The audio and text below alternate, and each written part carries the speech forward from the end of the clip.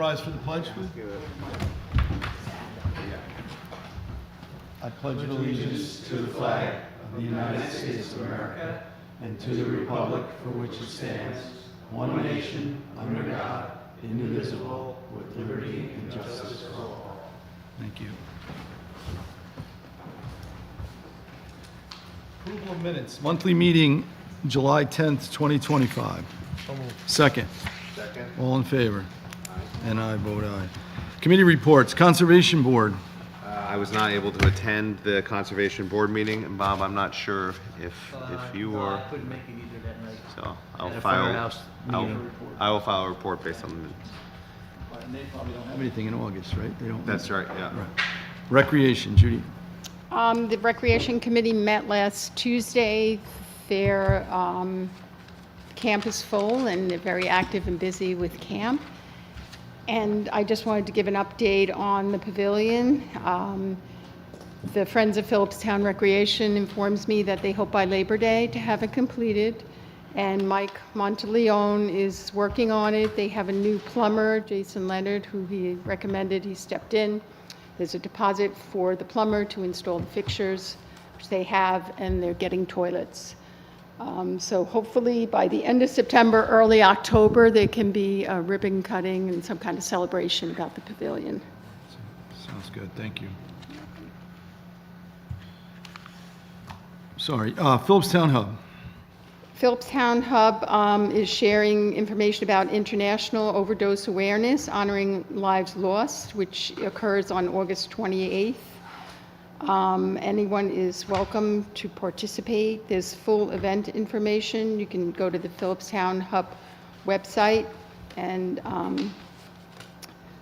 the Philipstown Hub report from Michelle Cupper also has information on the, let me just see, she's got information on the number of contacts and support groups that were held.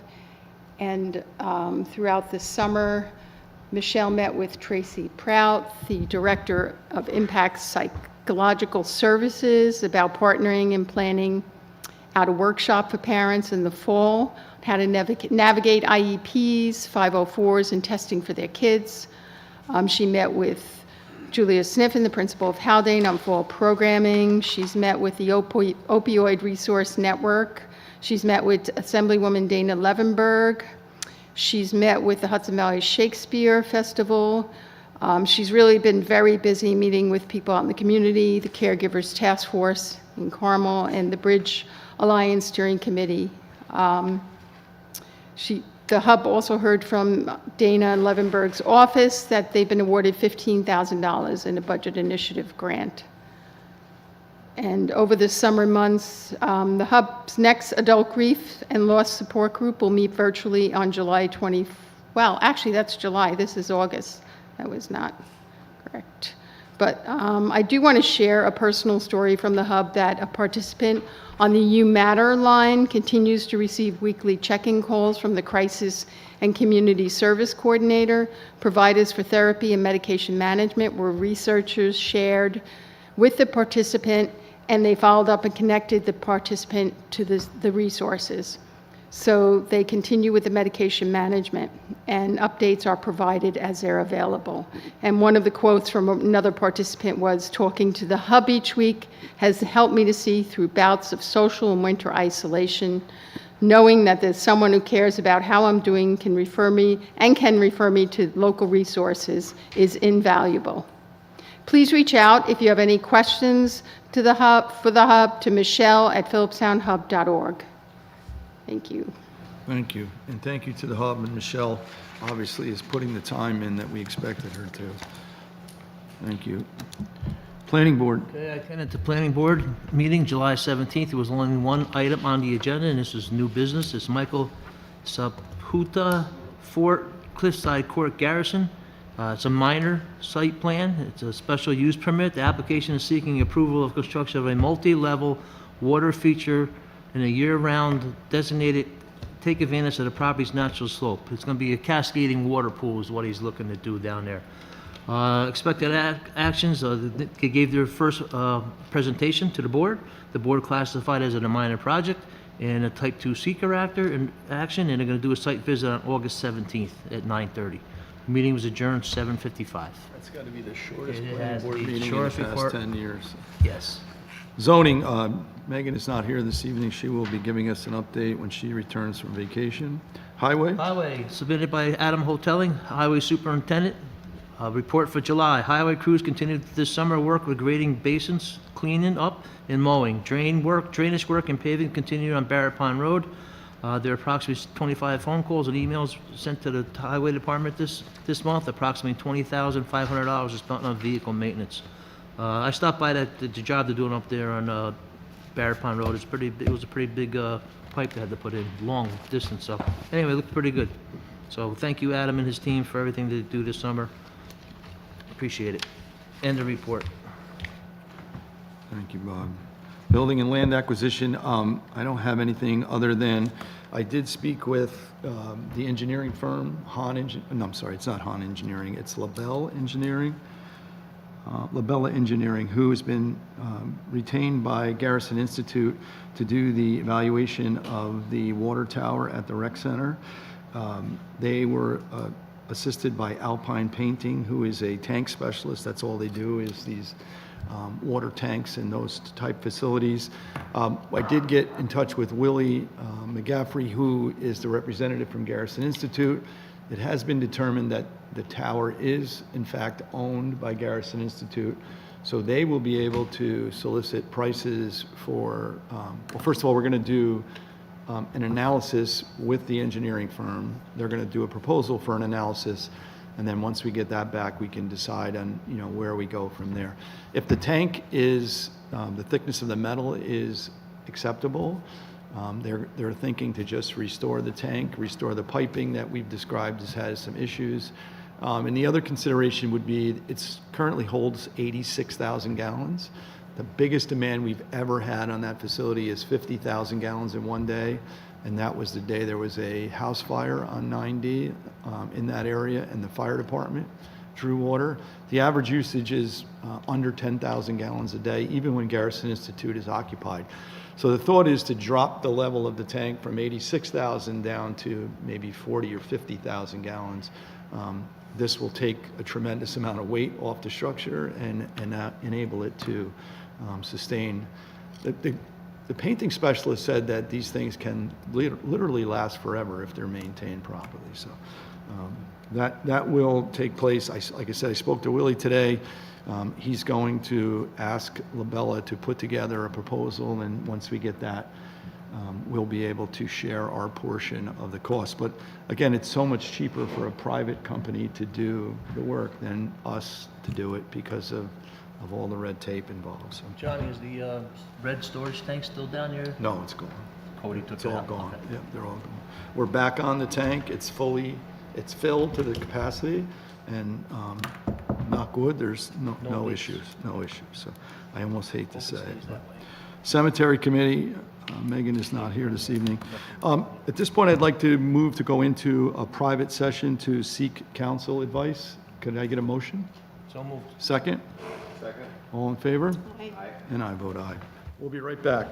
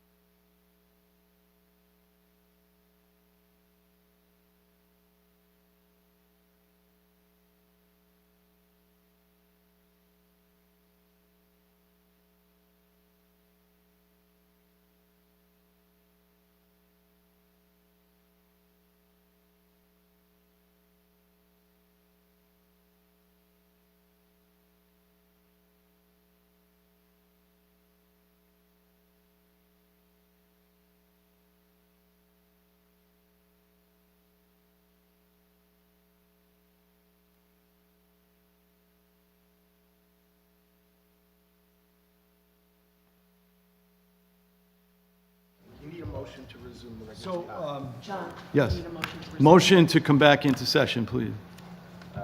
So moved. Second. Second. All in favor? Aye. We could have ended the meeting quickly. So the next item is, a resolution approving an intermunicipal agreement. You want to go ahead? We are going to table this evening. The Village of Nelsonville is not prepared to agree to the terms that we have worked out. So we're going to table this for this evening. I don't think there's any snow in the forecast, so we do have some time to get this together. Hopefully for the September meeting, we will have something in place. We do meet again in the end of August, and we could do it then, but I had a couple conversations with Mayor Winward today, and there is a couple items that we can't seem to come to terms with, but hopefully it'll work out before it snows. So go ahead, Tara. Next on the agenda is a resolution approving the sales price for affordable housing unit in Glassbury Court, and this is a roll call vote. Okay, so when these units were developed, we don't know what year it was, but it was 2007, 2008 when the COs happened. The intent of these 10 units were to be affordable and primarily for public servants, first responders, school teachers, et cetera. They were sold, they've been sold, others have been sold. We do have a unit that's going to sell. Currently, we have worked out the pricing with the assessor's office. We feel that the price meets the affordability formula that was established. There is no current list of people who would be available for it. There is no affordability consultant in place at the moment. We will go ahead with the motion this evening, but we would encourage you guys to seek a first responder or a public servant if that's possible. It's not mandatory, it's just something we'd like to see happen. Yeah. If it's not, I mean, you've exceeded your 45 days, you're free to sell. So we will go ahead with the motion. Tara, would you want to read the resolution? Sure. This is a resolution approving sales price for affordable housing unit in Glassbury Court. Whereas the town has enacted zoning approving the Quarry Pond Planned Development District, and whereas one of the uses approved in the QPPDD was the Glassbury Court condominium, which included 10 affordable housing units, and whereas the town's zoning code does not itself have affordable housing regulations, and instead, the regulation of the affordable units in the QPPDD was based upon terms and conditions in the condominium's offering plan and bylaws, as well as deed restrictions, and whereas the resale price of the said affordable unit is restricted to an amount calculated by a formula set forth in the said regulations and is limited to buyers approved by an affordability consultant, and whereas there has been a lapse in retention of an affordability consultant, and whereas the record owners of the affordable housing unit located at 11 Revolution Road in Glassbury Court have petitioned the town board to acknowledge that, 1, due to the lapse in retention of an affordability consultant, the sale of their unit is not restricted in regard to a buyer, and 2, that the maximum sale price of their unit under the formula set in the said affordable housing regulations is $547,558.00 as set forth on home valuation sheet attached hereto, and now therefore be it resolved as follows. 1, that the town board hereby acknowledge that due to the lapse in retention of an affordability consultant, the sale of the 11 Revolution Road unit is not restricted in regard to a buyer, provided, however, that all subsequent sales of the unit will be subject to such restrictions in the event that a new affordability consultant is established, and 2, that the maximum sale price for the proposed sale of the 11 Revolution Road unit under the formula set forth in the said affordable housing regulations is $547,558.00 as set forth on home valuation sheet attached hereto, and 3, that town supervisor is authorized to execute the home valuation sheet attached hereto and to provide the same to the record owners. Okay. Any questions? We're set? No. We're good? Good. Okay, can I get a motion? So moved. Second? Second. Councilwoman Cotter is absent. Councilman Flaherty? Aye. Councilman Angel? Aye. Councilwoman Farrell? Aye. And I vote aye. Thank you. You guys are set. You can leave now. The doors are not locked. Next on the agenda is Ted Warren to discuss the next steps for creating a community preservation fund for Philipstown. Ted, I've been waiting for this all week. That's got me worried. Good evening, everyone. Thanks for making some time on the agenda. So as we've discussed before, I think at various town meetings, there seems to be some interest in revisiting the community preservation fund idea. We have a community preservation plan in place that's been in place for a couple of years, and at this point is not in any need of being updated yet. So that there are a number of things that are already in place. As you may know, one of the things that the town has going for it is that Putnam County is part of the Hudson Valley Community Preservation Act. So basically, whereas lots of towns have to petition the legislature and then get something passed by the governor, signed by the governor to do this, you can skip to the point of putting a ballot measure up for vote on the general election.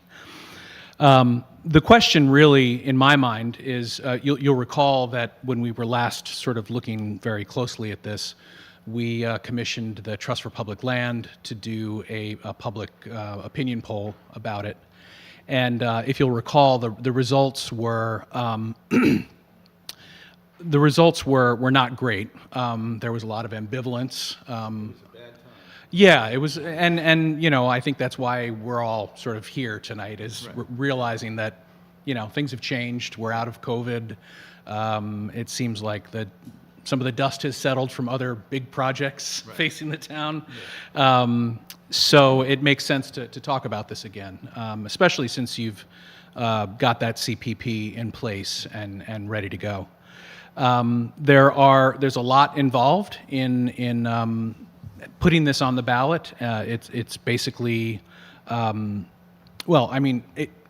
can depend, but if there is significant opposition to the idea of doing this, you basically wind up in a position where you're sort of running a political campaign, and there's all kinds of steps associated with that. And then, of course, there is the need for an advisory board, the creation of an advisory board that would sort of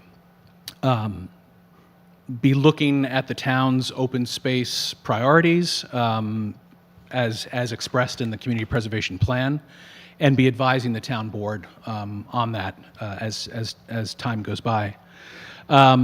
So the big question is whether or not the town feels like we really should go through that step again of conducting some kind of a substantial public opinion poll.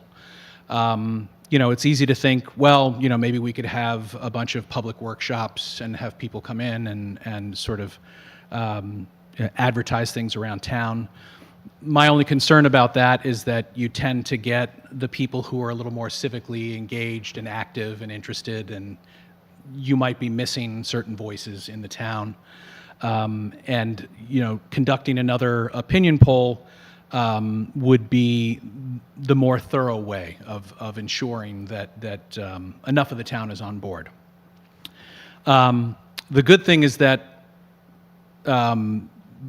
this would be happening next year in the 2026 election cycle, and you've got the midterms, so you're going to have a pretty big turnout, which is good. In general, these kinds of referendums tend to do better with the higher turnout. So that is a good position to be in, and sort of one of the reasons why I personally was kind of holding back on bringing this up again. So the next step would be trying to decide what the best course of action would be in terms of gauging the attitude in the town towards this project. If the town board feels that there is that with a series of public meetings and enough engagement and enough dialogue, that you can be pretty assured that there will be enough people in town who are on board with this idea, then that's a perfectly fine way to go. But I will put it out there that the folks that were involved in doing that public opinion poll the last time, everyone's sort of standing by at the ready to do it again if necessary, so.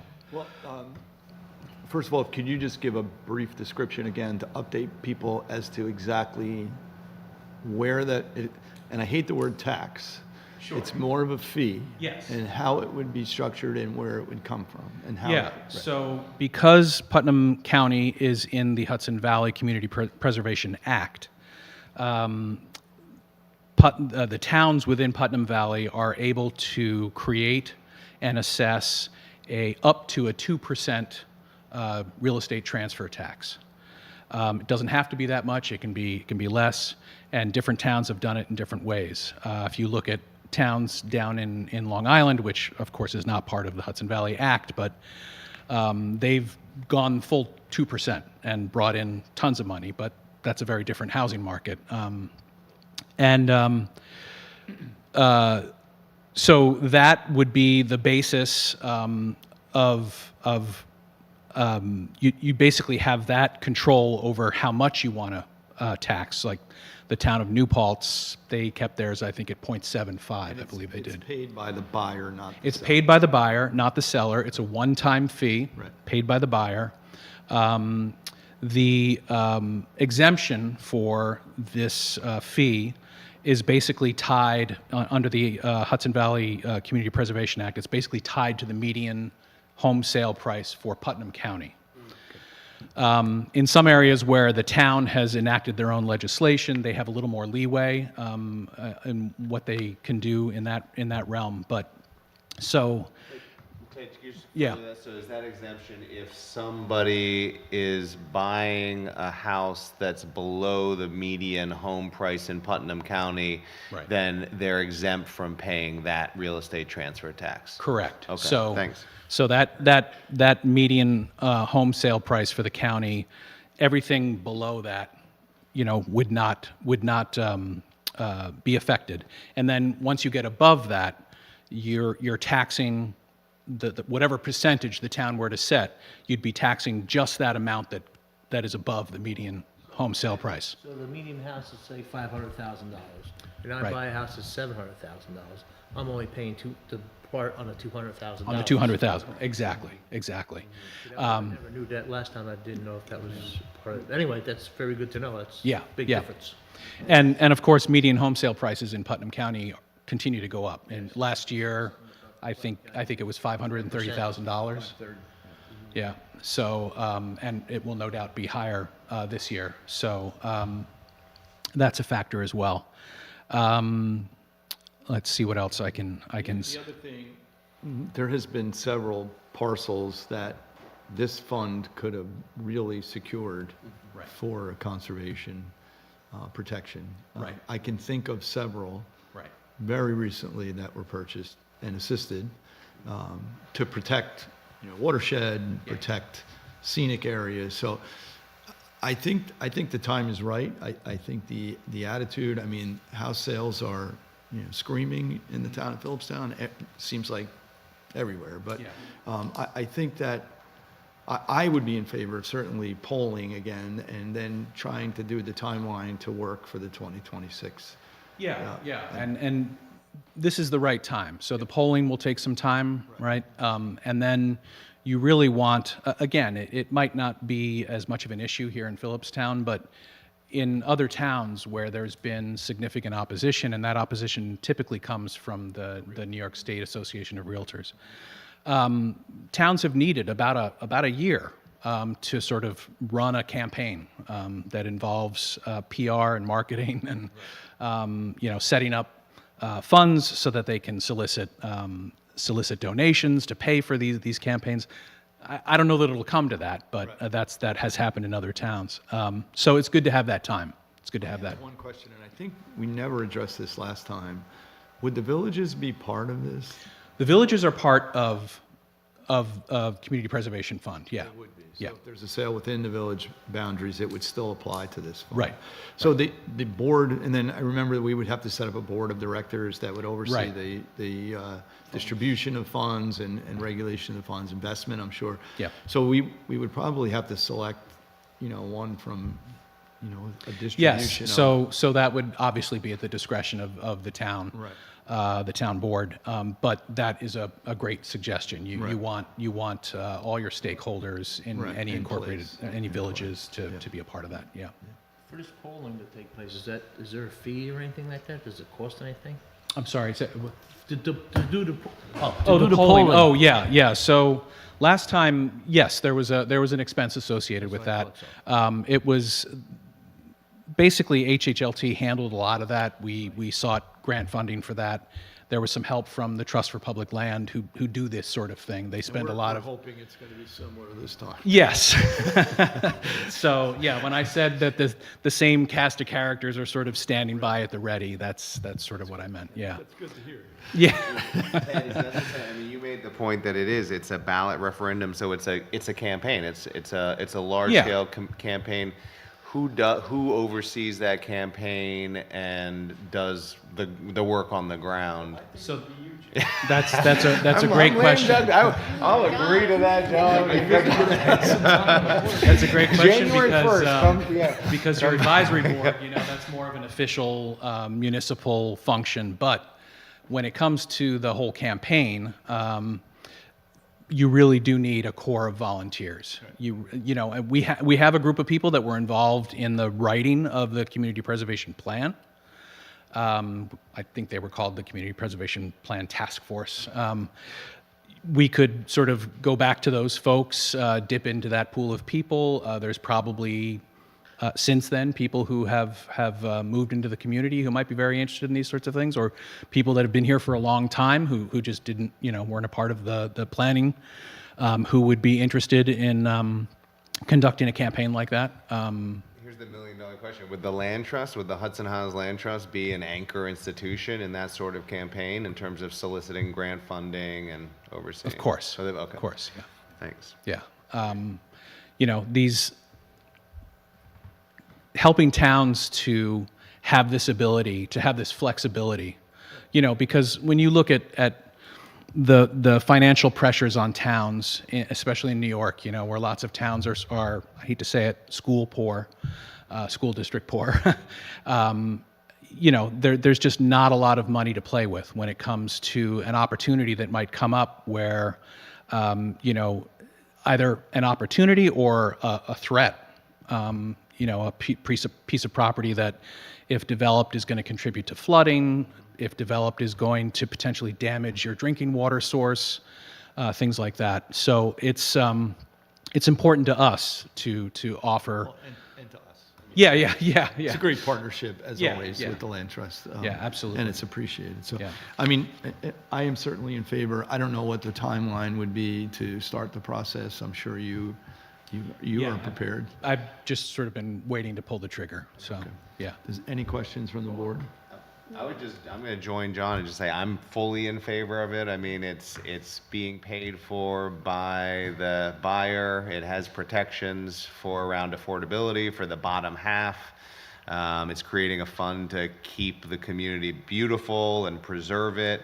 And we're in a time when federal funds are drying up to do that sort of thing. And we have a partner. So I'm all for that. The timing is good. I think the Yeah. timing, it's good for the midterm elections, as you said. Yeah. I think another important message also is and not to sound crass about it, but it is sort of almost like an investment for people who are coming to the town and buying a new property. It's a very small amount comparatively compared to what they're probably paying for that home, and it is sort of a way of saying, like, we're moving to this community, and this is sort of our little investment in allowing the town to have this flexibility. Right, and I remember the last time we sent out in the polling a range from 0.75 to 2%. Yeah, I mean, it can be as low as 0.5, Right. 0.25 if you want it, but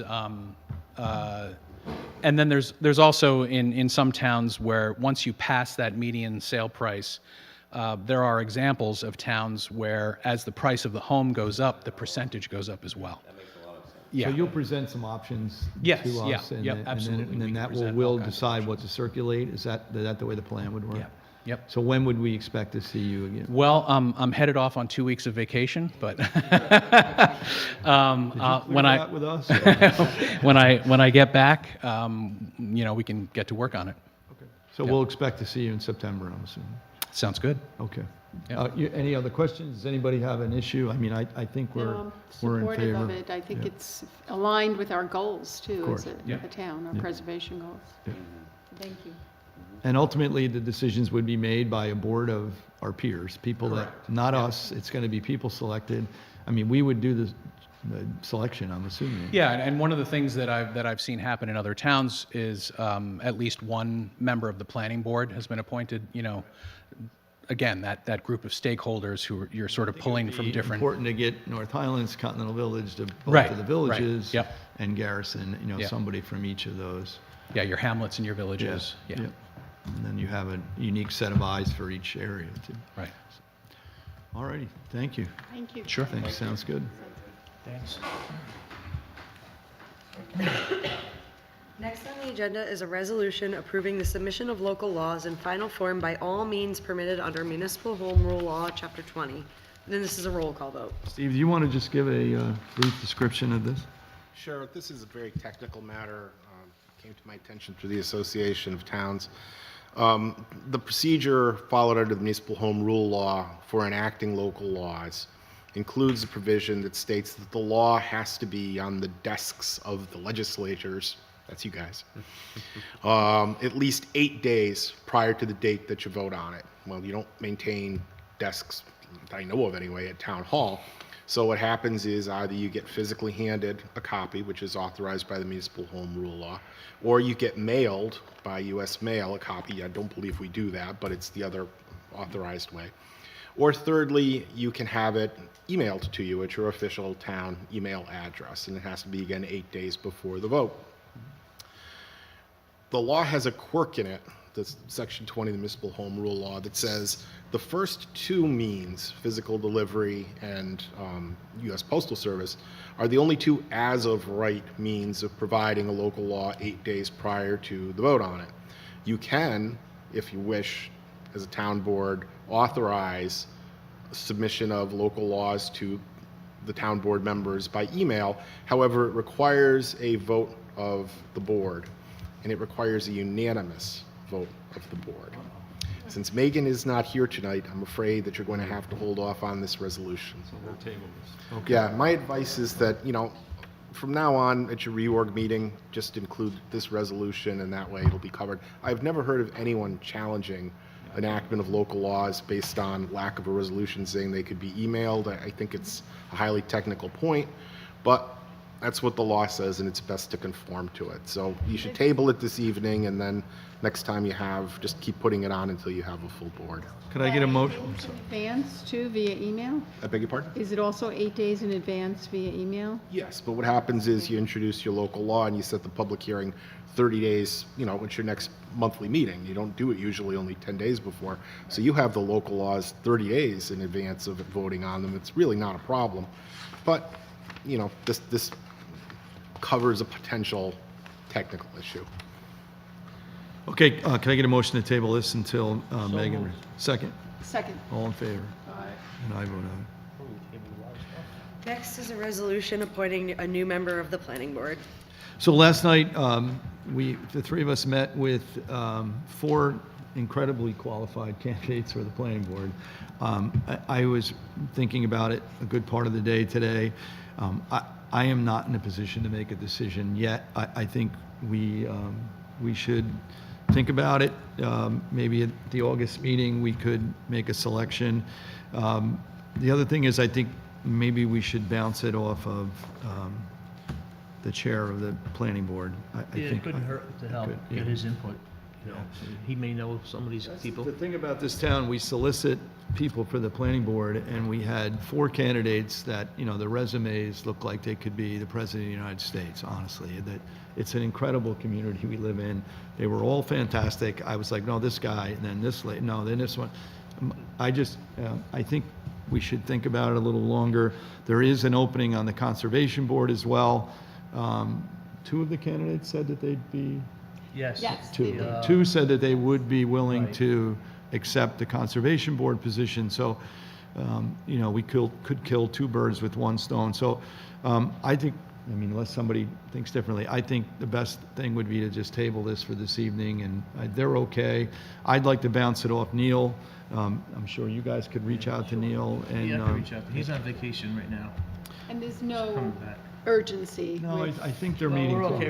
close. They're not meeting this month anyway. They don't They're meet not in meeting You know, August, so, so- and you know, the agenda the last few months has been very, very light, so it's not like they need somebody tomorrow. So again, I appreciate the 4 people that interviewed. Yeah, all 3 were interested in Conservation Board. One of them was not. One was not, I'm sorry. 3 out of 4 were interested in the Conservation So, Board. yeah, I think that'd be, we'd be like, So two we're birds gonna, with one stone we're would be really great. dodging it tonight, but I would like to get a motion to table item 5. So moved. So moved. Second. All in favor? Aye. And I vote aye. Jason, if you and Megan want to speak with them, I'm sure we could facilitate that as well. Next on the agenda is to schedule any workshops or meetings. Right now, we have the workshop meeting scheduled for August 20th, and we have our regular monthly meeting for September 4th. And the 20th is for The South Mountain Pass. Yep. right? I sent letters to residents this week. Thank you, Sarah. So we'll be meeting August 20th to discuss some options for South Mountain Pass.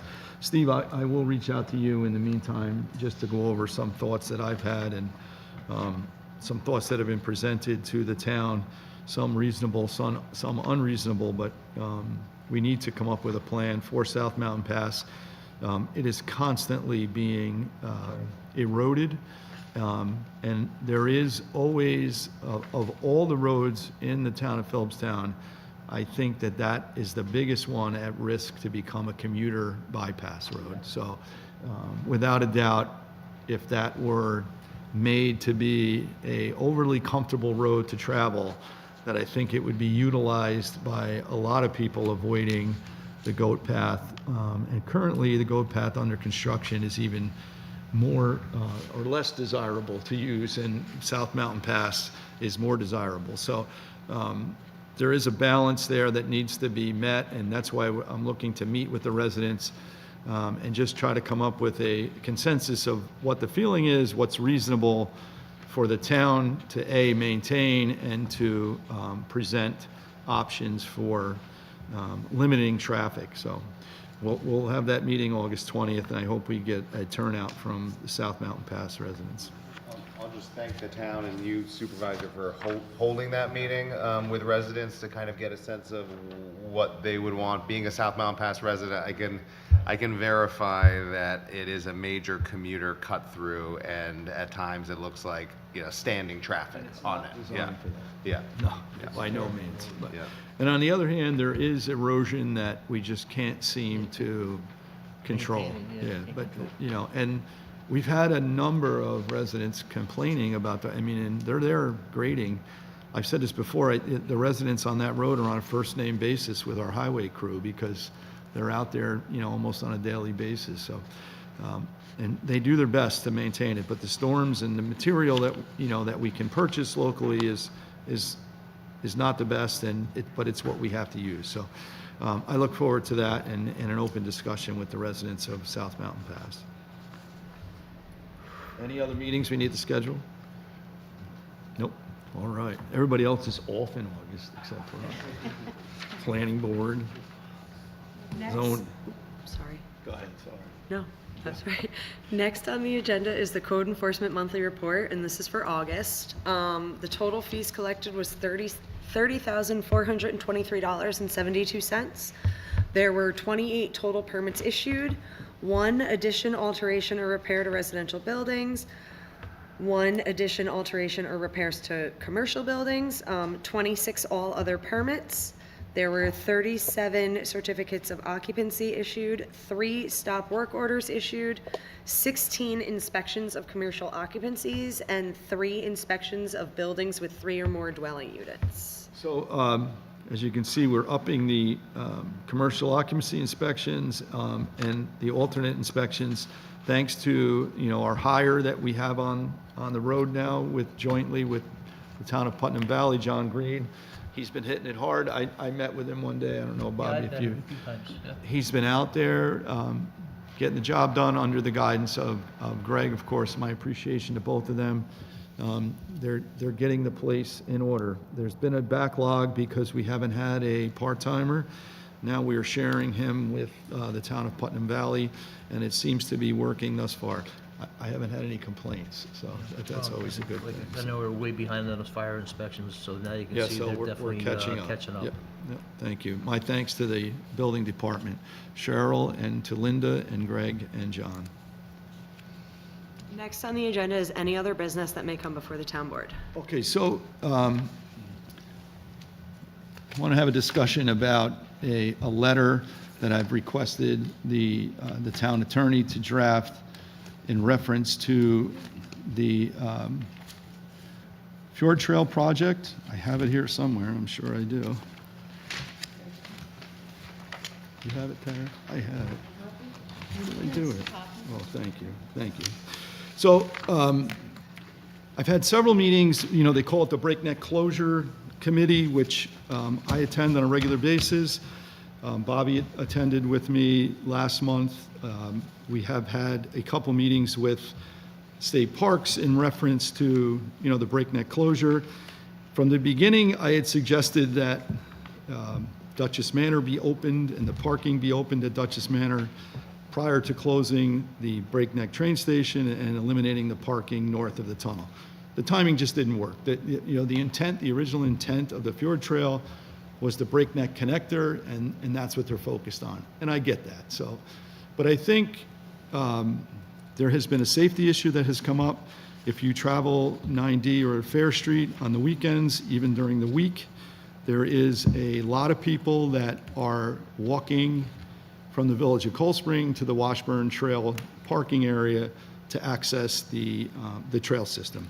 So when the Breakneck station closed, the parking area north of Breakneck, as disheveled as it was, there was parking there. That has been eliminated. So you have, between Beacon and Cold Spring, there's 47 parking spots in the Washburn Trail to serve the entire trail system for the area. So I gave the town attorney a brief description of what I was looking for. So this is the letter. It's addressed to Randy Simmons, Commissioner Pro Tem, Chief of Staff, New York State Parks and Historic Preservation. Also to Peter Mullen, President and CEO, Hudson Highland Fjord Trail. It's titled Dangerous Condition on Route 9D Caused by HHFT. Dear Mr. Simmons and Mr. Mullen, I am the town supervisor of the town of Philipstown. I'm sending you this letter at the direction of the town board, that's to be determined. Particularly, I'm writing to call to your attention a dangerous condition that is being caused by the construction of HHFT. Construction of HHFT has forced the closure of the Breakneck train station. Further, all off-street parking north of the tunnel on Route 9D has been closed, leaving a total of only 47 parking spaces for the entire trail system between Beacon and Cold Spring. This will no doubt result in greater number of persons who wish to hike the Breakneck trails arriving and/or parking in the village of Cold Spring. New York State Office of Parks and Preservation and HHFT Incorporated have been publishing information about the closure and alternate trailheads in which they advise the public that the Washburn and Cornish trailheads are walkable from the village of Cold Spring and the MTA station located in it. The problem is that the Washburn and Cornish trailheads are not walkable from the village of Cold Spring. There are no sidewalks that connect the Washburn and Cornish trailheads to the village of Cold Spring. The sidewalks terminate at the village line. As a result, people are walking on the shoulder of Route 9D and on the shoulder of the north end of Fair Street in order to reach the trailhead. Route 9D is an extremely busy road, and there is very little room on its shoulders for pedestrians. The town board firmly believes that by directing the general public to walk along the shoulder of Route 9D to reach the trailhead, New York State Parks and HHFT Incorporated are putting people in grave danger of being struck by a motor vehicle. I have already met twice with staff of HHLT and New York State Parks and pointed out that these public safety concerns. No one wants to see a tragedy occur. The town of Philipstown proposes working with the state, HHLT, the village, and the county to have sidewalks constructed along Route 9D, which could be utilized by both the residents and tourists to access Little Stony Point and the trail system. Further, the town board strongly urges New York State Parks and HHFT Incorporated to immediately cease making representation to the general public that the Washburn and Cornish trailheads are walkable from the Village of Cold Spring and the MTA station. I would be happy to discuss this matter. This is coming from me as a supervisor, and we are CCing Chris Davis, the chair of the board of directors, and Amy Casala, executive director of HHFD. I had a meeting with Peter Mullen last week. Bobby, we were there. Amy, it was a great meeting. He understood the situation. He asked me, if you want us to stop advertising, we'll stop advertising. So there is a QR code that you can scan, and it lists. There's right, and there's signs everywhere. And I'm not looking to pick a fight, but I think there is a safety issue that's been identified. I don't want the town to assume the liability. The village is somewhat covered because within the village boundaries, there are sidewalks. They're not in the best condition, as we discussed, and we can discuss that more. That sidewalk between Hamilton and Haldane is another concern, but this is from Hamilton going down the hill to the Washburn lot. I think it makes perfect sense. Route 9D is a New York State road. It's a 60-foot right-of-way. It would allow residents from Nelsonville to come down sidewalks, hit that sidewalk, and travel to Washburn lot. There is a crosswalk at Washburn, so you could either go to Breakneck or you could go to Little Stony Point. It would allow the Village of Cold Spring residents to walk up Main Street, use a crosswalk, and go down to the Washburn. And it would enable resident or non-residents who are coming to hike the trail to also access. I spoke with Peter Mullen and Amy. We had a great meeting last week. They were understanding. I think, Peter has asked me to set up a meeting with Putnam County. The section north of Mayor's Park on Fair Street, between there and Little Stony Point, is owned by Putnam County. So that little section is a county road. You'll notice the paving changes there. So we think that the short term would be to create a walkway on Fair Street. A long-term solution would be a proper walkway or bike path or whatever it is on 9D. I did meet privately with one of the board members of HHFT. They're also understanding the situation and supporting. I would like to, first I spoke to Ron Gaynor about proposing, just a rudimentary sketch so we could get some sort of estimate of the cost of, just a ballpark cost of construction. I then spoke with Mayor Foley of the Village of Cold Spring. Han Engineering has already done some baseline research for it. So I will defer to Han. The Village of Cold Spring is going to discuss it, I believe, next week. I had, it is, the bulk of it is in the town of Philipstown. The estimate from Han is between $1,500 and $2,000 to put together this rudimentary plan that we could, at least solicit some ballpark or informed quotes on construction. Then my plan would be to seek state assistance, both state parks, state DOT, HHFT, and Putnam County to try to come up with a safe access between the villages, the boundary of the village and the trail system. So I would open it up to discussion. I think we can all agree that Route 90 has to be addressed, and that's a good plan. And the Village of Cold Spring also needs a lot of help with the sidewalks and infrastructure improvements. I just disagree with the premise that HHFT and state parks are responsible for the condition of 90. And I haven't heard them encouraging anyone, even though hikers may be going down the road, and it is dangerous. I've walked down it myself. I just think the tone of the letter is a little bit harsh, as is the tone of the resolution. I did talk with Peter, and I told him the letter was coming, and we were going to support it with a resolution. I think it's important that it's documented, and I don't think it's harsh. I think it's direct.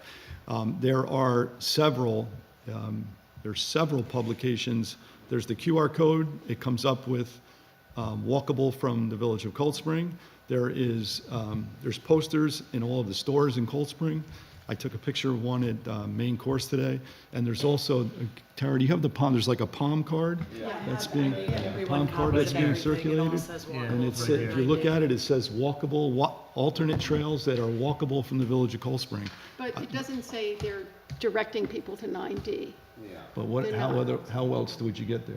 Fair Street. Fair Street, Right, through where there's- Mayor's Park, and through there's no Nelsonville sidewalk. Woods. There's no There are many sidewalk in routes. Fair Street. But I walked the Cornish Trail a couple weeks ago. But it's not, that doesn't mean it's safe. Well, it's not, no, we do need work, I agree So with that. and but- I think they're compounding the problem. When they close the breakneck station, there is no longer a safe access to the breakneck trail system. So, and they're encouraging people to take these alternate trails and to walk. Yes, Nat? With a group of volunteers sitting in that little, You want to,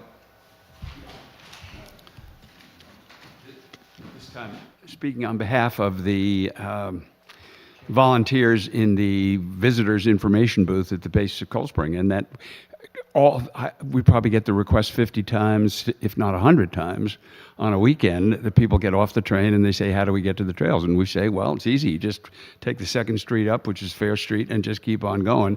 And be careful when you get to the main road. and currently there is major construction going on at Mayor's Park. There is very limited access on the side. Well, then we're guilty as can be, because those people come on. That's exactly what we tell them to do.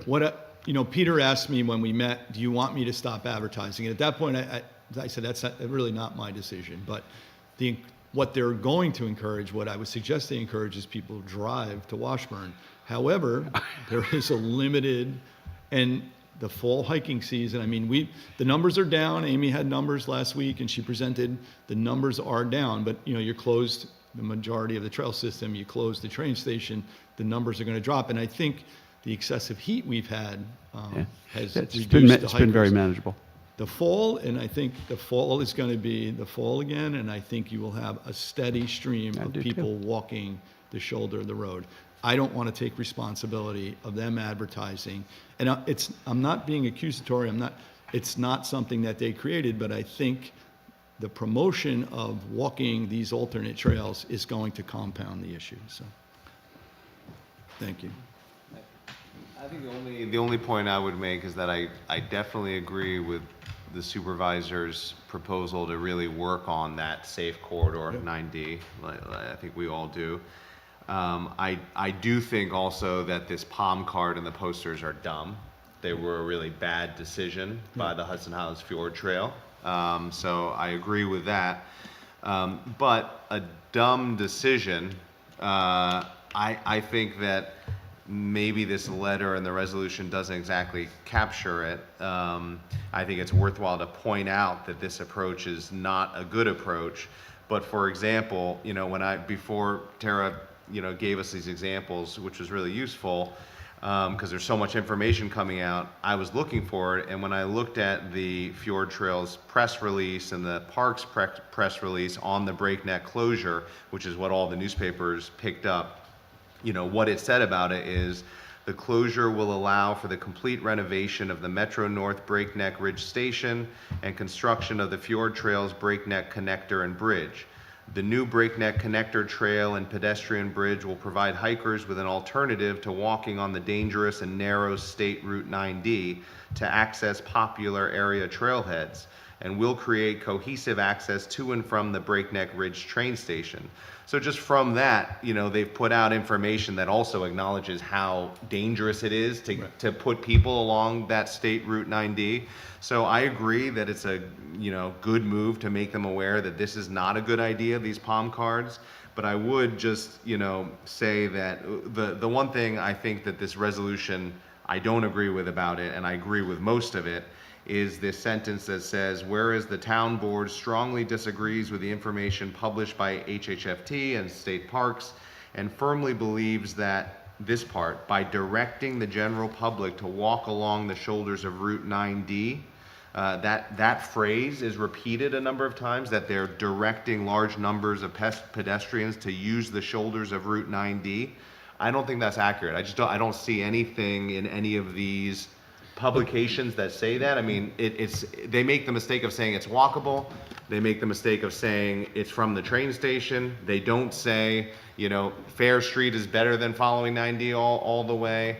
But I don't see anything directing people to Route 9D, so I think that's not accurate, and that should be removed. So if we just say, well, they are directing people to walk on 9D because there is no other way to walk there.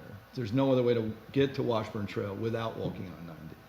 I mean, So you there- can go Fair Street and then cut along. Isn't there a path that cuts along to Little And then you Stony cut. Point But that Fair stays off Street- 9D? Fair Street is not safe either, and that's identified. There's- I guess I'm just making the point that you could go Fair Street, cut over to Little Stony Point that avoids 9D. I'm just saying that I just don't think it's accurate to say that they're publishing information that's directing people to walk on 9D. That's all. I mean, that's it. So I will respectfully disagree. Okay. Because there is, and it's not specifically 9D, it's 9D or Fair Street, and neither of them has a sidewalk. There's no sidewalk once you get to the sewer treatment plant. There's currently a construction zone the entire length of Mayor's Park, so there is no shoulder whatsoever. And then once you get to the village line, there is no sidewalk whatsoever, and there's maybe a 3-foot shoulder between the white line and the water. So I agree Fair Street is not great, but we all know it's, even when it's a crappy walk, it's a lot less dangerous than walking on again, 9D. I don't want to encourage anybody to take Fair Street, because if somebody is injured on Fair Street, then we would be Yeah, responsible. I guess I wouldn't be able to support a resolution or a letter that's saying that these materials, which are directing people to walk along the shoulder of 9D. Just because I So, don't, yeah. what, you would say, just remove the section about 9D, that it's walkable from the village of Cold Spring? Really, yeah, I mean, yes, because I just don't think it's accurate to say that these materials are directing people to walk along the shoulder of 9D. Steve, would you, I just don't do see you that. have any input as to the legal matter of it? What you're trying, it seems to me, to accomplish is one, to at least tone down the encouragement of people to visit while there's limited parking north between the village and Beacon, and two, to if not start, then at least invigorate the conversation about getting sidewalks put in, because frankly, sidewalks aren't great, but it's the best you're going to do when it comes to walking along 9D. I can see where some of you want to take a very strong position on this because you want to get action. I can see where some of you feel that the best way to dialogue is through a little bit less strident language. So you both have points as far as that goes. I think that the need to get this letter out as quickly as possible trumps, in my opinion, either concern. And what I would encourage you to do is tonight, since it'd be a 2-2 vote, if I'm reading the tea leaves right here, to work to come up with some language now that you can all agree on and get it out, because a letter that perhaps nobody's altogether happy with is better than no letter at all. Right, so Jason, you would be comfortable if we eliminated the 9D statement? John, I just think, and it's not even about my comfort or about stridency, because I agree with it, it's just about accuracy. I think that if it said something like, and firmly believes in this part, that by encouraging people to walk from the Cold Spring train station, which is what it's doing, to reach alternative trailheads, That there's no it safe- will there's no safe- increase right. the number of people walking on the shoulder of 9D. It may seem small, I just think that, all I'm Can seeing you, is that, that modification, Steve, I have no problem with it. All the letter is more important than the resolution, but you certainly want to have, because you're going to send both of them, you want to have the language, something that you can live with down the road once you approve it. So So if that's it's what's both- going to So we can satisfy amend it- Jason, then by all means do that. I Yeah. would go along with the amended version if you're comfortable with that. Yeah, that makes me more comfortable, and it seems important to get out, you want to get it, yeah. The letter needs to go. Yeah. Yes, because I think that, All right, so what are we taking out of here? so Jason, make let's sure just go through the resolution. No, I mean the letter. Well, the letter's going. The letter's from me. Yes, yeah. Okay, so he wants to take something out of the letter. No, it's the, John, Steve is just advising that it just make clear that it's the same language in both the letter and the resolution, that, and I'm just saying that, I don't know if we gotta look at it both places. The town board firmly believes that by encouraging the public to walk from the Cold Spring train station to alternative routes, it would increase people walking along the shoulder of 9D. I just think it's more accurate. We all know that if more people come, more people are Right. going to take 9D. So it says- I don't want it to say that they're doing it in their publications, because I think that is not accurate, yeah. So is that, Steve, is that clear, or is there? What I would suggest is that you, when you make the So- motion to approve, you say using that language and making It's- the same changes anywhere else the language appears within the resolution or the, So it's or the the, letter. it's the line that says firmly believes that by directing the general public to walk along the shoulder of Route 9D. Yeah. So you were just saying that, By encouraging the public to walk from the Cold Spring train station to Will- alternative routes, will increase. it will increase people walking along the shoulder of Route 9D. That's really it. And I can send that, I mean, I'll send, It yeah. should say increase the number of people. Increase the number of people walking along the shoulders. Okay, of so that 9D. sentence will say that them encouraging, HHFT encouraging people from walking from the Cold Spring train station will increase. Two alternative routes will increase the numbers of people walking along the shoulders of Route 9D. Okay. Good? That Are you makes me leaving the line in there that state parks and HHFT are putting people in grave danger? Yes. I'm not budging on that, sorry. Well, and if that's the- attacking a state agency that you might That's need okay help with from in me. the So, future. because I think the state agency has dropped the ball here, and I Well, brought it. DOT is the agency responsible for 9D, not state parks. But state parks is encouraging people to walk from Cold Well, Spring. to walk, they're a parks It's agency. their park, it's not our park. It's not our problem, it's their Well, problem. it is, we're New Yorkers, so it is our problem. Right, but it's state parks that's encouraging it, so. The letter, if the letter is not, if you're not comfortable with the letter will go from me and we I'm can not- eliminate. No, I'm not Well, comfortable then with you'll have to I vote won't that. attack a state agency or HHFT. Okay. Well, that's too bad, because you're putting people at risk here, so. No, I don't think so. I think so, and I hope I'm wrong. But in the case that it happens, it's going to be regretful, I'm sure. I think the focus, I would like to see us have an interim focus on what we can do in the interim, because it is unsafe. I agree with you on that. Yes, we have a highway department. There are two highway departments. There's the town and the village. We also have a police department and a sheriff's department. And in the interim, so that nobody does get hurt, for these 2 years of construction, we have some safety officers there. We could have a safety corps, something proactive and positive in this era of division, I so would that we task you don't with divide people formulating that again. and paying for it, because I would love to see how we're going to pay to have sheriff's department or Cold Spring Police stand along. They do it in other towns throughout the country. Great, well then, let state parks pay for it, and let state park. do it. Why, it's 9D is, It's a well, New York State road. it's a road, it's a dangerous road, I Yeah, agree, it for certainly walking is. on. Certainly is. But I think there are more creative, positive, proactive Well, steps that I we can would take. task you in the meantime to come up with Instead of that. attacking is not, to me, I'm a not- way to govern. I'm not attacking, I'm It's making not a way to govern. I am making a statement about a safety issue that I'm concerned with, and I think that we all should be concerned with. So, and Been I'm not concerned for drinking the years. I've been walking HHFT Kool-Aid all the time, I'm sorry. So I'm not agreeing with that. The would letter the will go Fjord- from me, and I don't need the town Do you board. think So the Fjord Trail would consider that sort of idea that Judy just mentioned of helping to pay for or paying for safety assistance along Route 9D during this closure period? No. No? Yeah.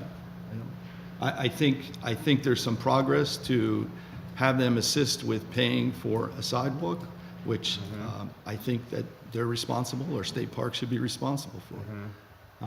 I don't think there would be, I can't even imagine, I know what it costs just to provide a sheriff to sit in this room for court. I can't imagine what it would cost for a police department to provide security along that road for an extended period of time. Would it have to be police, or could they, I mean, they've paid for people counting people, they've paid for people judging visitors, they've paid for a lot of things, they've got a lot of money. Would they pay for people who are tasked with being on the streets along Route 9D on the busiest times to try to provide more safety. Is that a worthwhile thing, do you think, for you proposing to them? No, I'm not going that route. No, no, hold on one sec.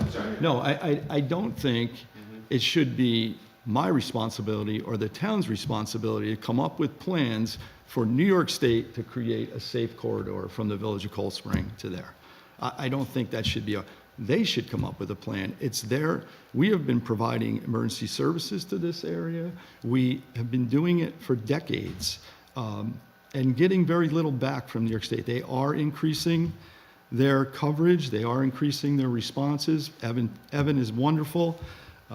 But it's still a demand on the town of Philipstown and the local responders that is not something we've created. It is a tourist attraction. In beach communities, there are things established. There's policing, there's fire departments, there's rescue. You go to state beaches, there's lifeguards on the beach, there's systems in place. This is it's a free-for-all. There's this gigantic park. It's the #1 hike in the country, day hike in the country, or it was. And it's not my responsibility or the town's responsibility to make this safe. I'm identifying a problem. We're looking to come up with plans for the sidewalk that would make it somewhat safe. But for us to be out there monitoring the safety of the shoulder of the road, there's not a safe way to even create An interim plan, because you're right, we have to get to the plan where we have the sidewalks and the safety and the infrastructure, but we have to be able to sit at the table with state agencies and with HHFT and everyone. I do on a regular And I know you basis. do, and On you a try regular to. basis. And it's going to take time, but I think we need an interim plan if it's a safety issue, for sure. The interim plan would be stop Writing advertising. a letter that attacks is not an I'm not interim attacking- plan. it's It's not not an attacking at all. interim plan. Consider letter attacking. It's not anybody, just attacking at stating all. the It's facts. stating facts that it's an issue.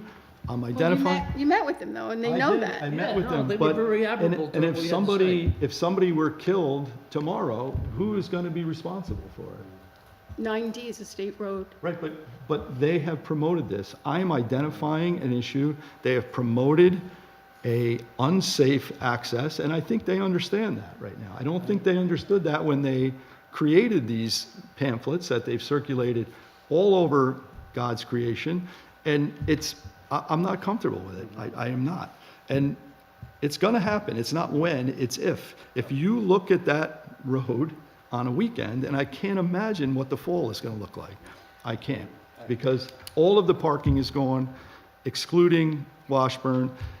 The train station is closed. You're still going to get everybody coming here on a fall weekend and want to hike. And there will be a steady stream of people along the shoulder of those roads. People are going to keep coming, as we all know, and I do think that the interim is what is the most dangerous. We can have disagreements of after the infrastructure is put in place if it's going to make it worse or better. I know we've had these conversations.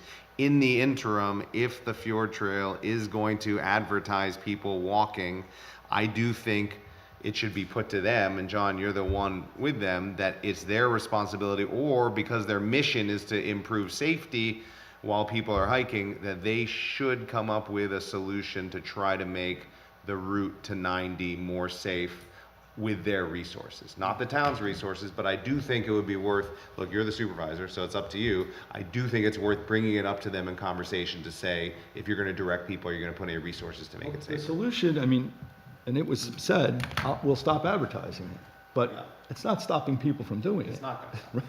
It's not going to stop. So that doesn't mean it's going to make it safer, it's just going to mean they're going to stop advertising that it's walkable. So, Yeah. And it might be a little too late for that already, to stop yeah, advertising. those cards are out. Yes, Nat? John, I'm just thinking about guidance that I could give this volunteer group Matt, can you come up to the microphone, please? Yeah. So, again, I'm back to the volunteers who sit in the booth, who are the interface as those people come off the train, and we get asked, I think I said earlier, hundreds of times over the course of the weekend, should we go into a mode of, you shouldn't go there, or you should be extremely... That's a good question for state parks to answer. Yeah.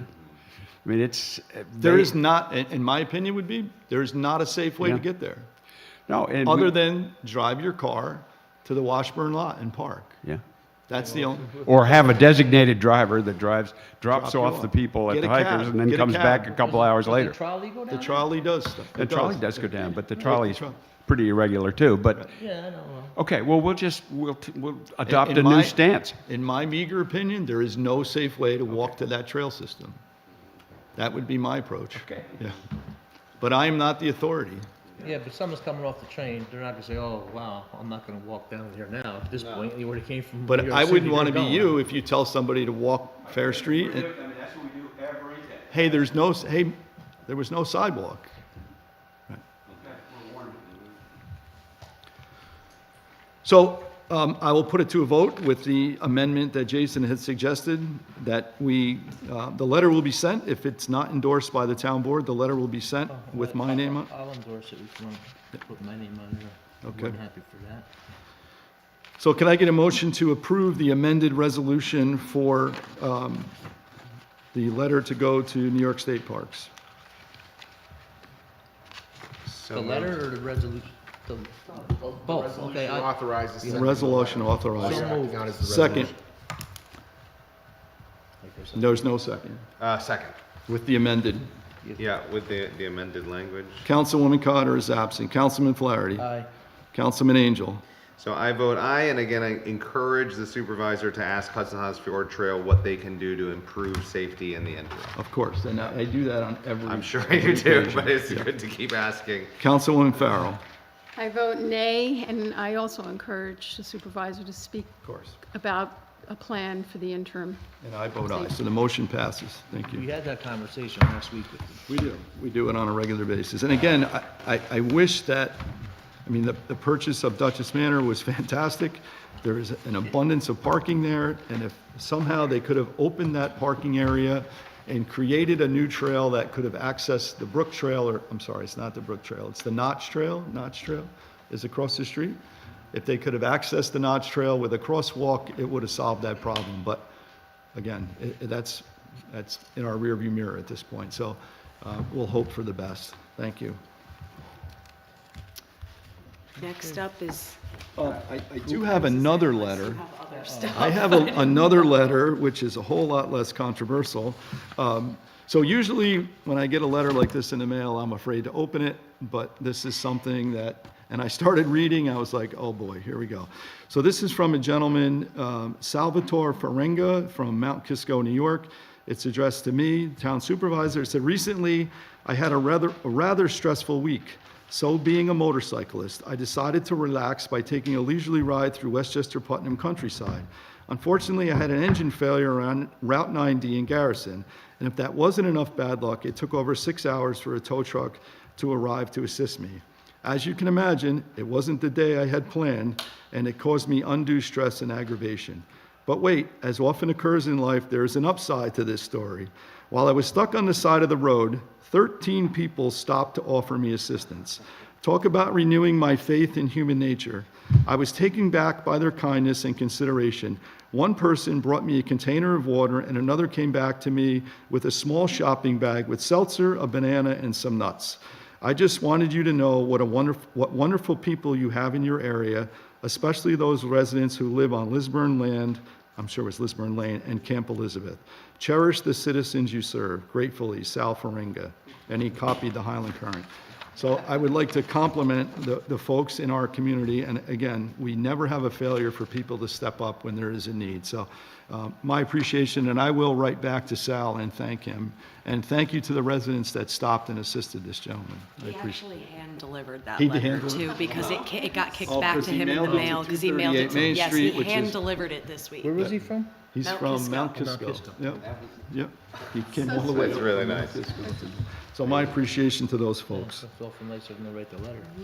I had one question to ask Steve. It's not as heartwarming as that letter. I should have asked it before you read that letter. So, and it's just, Steve, I had a quick question for you. So, a planning board member asked me, and it was, it was informal, but it was regarding the project up the cement factory that's in, that's up in Fishkill. Fishkill. Yeah, and just what they asked me, and I didn't know the answer, so I was gonna ask you is, I know we don't have any municipal jurisdiction. It's right at the town line. but it is, that property is right on Clove Creek, which is a watershed of Philipstown.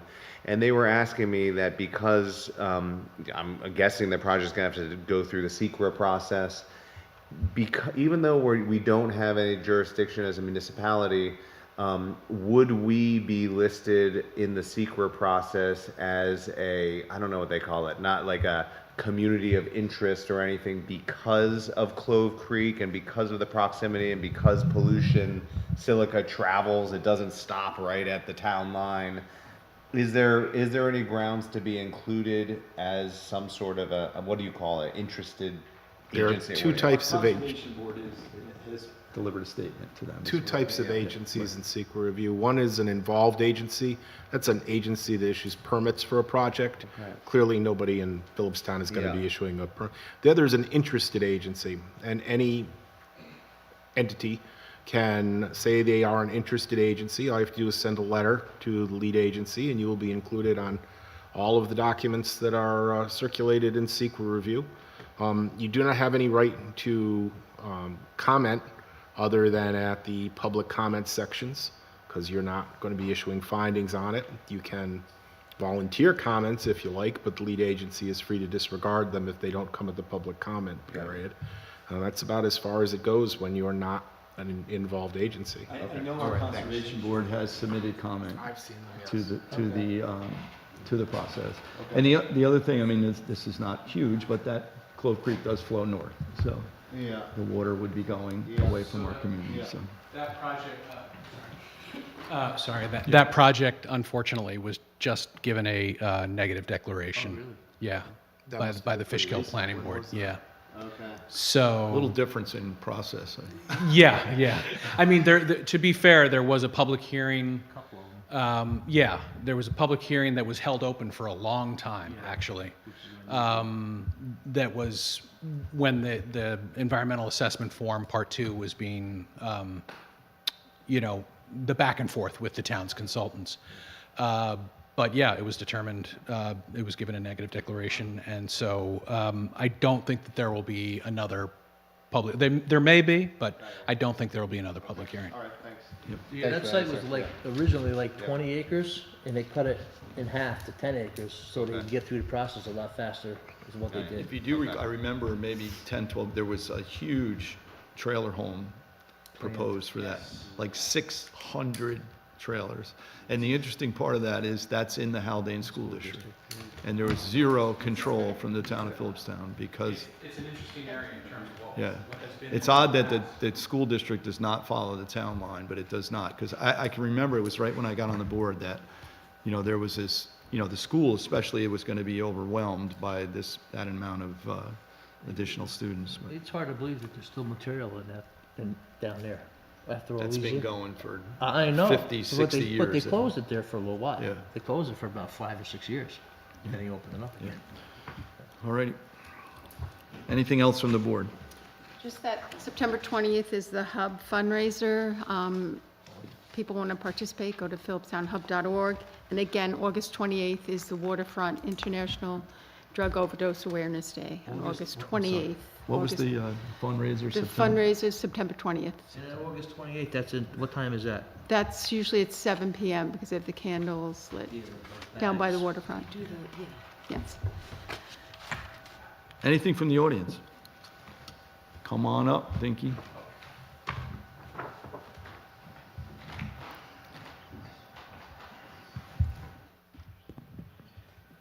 I had about 10 things, but I am not going to bring them all up. Okay. So I'm reducing it to one simple question. Okay, very good. And it's nice to see you without your mask on tonight, and I can hear you so much better. Well, there is a spike now in multiple communicable diseases, so, And but tick- there's hardly anybody here, so. And there's a new tick disease that I That's saw. it, yeah, but that's not going to be protected by No, the mask. but I'm just saying, it's something else we have to worry about. I could keep a tick off your face, I guess, but. All right. Who is responsible for this affordability consultant there was a lapse in the retention of an affordability consultant. That's a gray area. Steve, would you like to respond? Just quickly, it's very complicated, but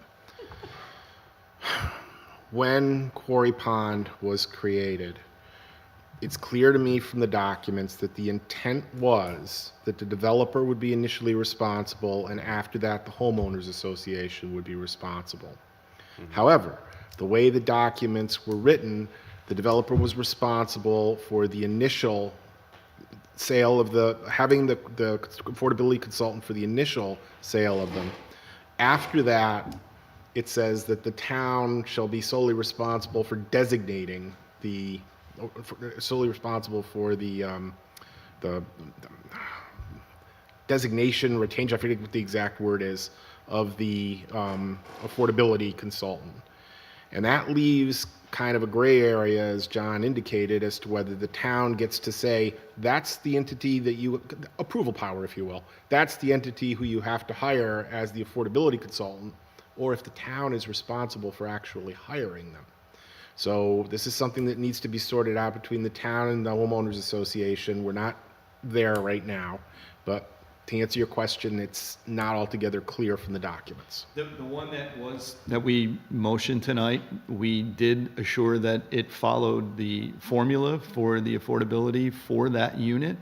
The only thing that it didn't identify was a list of people eligible, and that's why I suggested that they solicit it to emergency services or public servants, which is what the original intent was. We will be addressing this going forward because there is, we think 4 to 5 years left on the clause to make those units affordable. So we will have to address it. And I know we have somebody that's really interested in affordable housing that's going to be part of the process. So. Thank goodness, because the whole issue of affordable housing is going to be very important, and this was kind of ridiculous. What is affordable, right? I mean, what is Exactly. affordable in the town of Philipstown? Well, that's what we're going to have to deal with. Right. What is affordable? Right. I mean, if you look at that number that was in the, 547,000. but it meets the criteria for the formula, and probably, I mean, considering the location and the unit, it probably is affordable. Well, when the other individual, Ted, was talking about proposing this fund, Right. he said that the median Was 530. The median for last year was For 500,000, Putnam County. Yeah. and so this was above the median. Anyway, Right. Well, Thank this you. area is a little different, Good night. as you can imagine. So, yeah. I have a question, and I'll ask you later. I don't want to ask it right now, but I will ask you later. And it just came up to me, but I don't think I'm going to open that can of worms at the moment. So I'd rather end the meeting and get out of here. So. So for vacancies, I guess I jumped the gun on this one because I took the planning board vacancy off, but we didn't do it tonight, so we Well, still that's have a okay. planning board So vacancy and a still do have a conservation conservation board vacancy, opening, yes. so if anybody knows a person that's interested, it's a great group of people that protect our environment. So if you're interested in the environment in the town of Philipstown, it's a perfect spot to be. So submit your resume, or we will appoint one of the people that don't get selected to the planning board that are willing to do it. Next is approval of vouchers. Okay, approval of vouchers, general. So moved. Second. Second. All in favor? Aye. Highway. So moved. Second. Second. All in favor? Aye. And I vote aye. Continental Village Park District. So moved. Second. Second. All in favor? Aye. Aye. Continental Village Water District. So moved. Second. Second. All in favor? Aye. And I vote aye. Motion to adjourn. So moved. Thank you. Aye. Aye, aye, aye. Aye.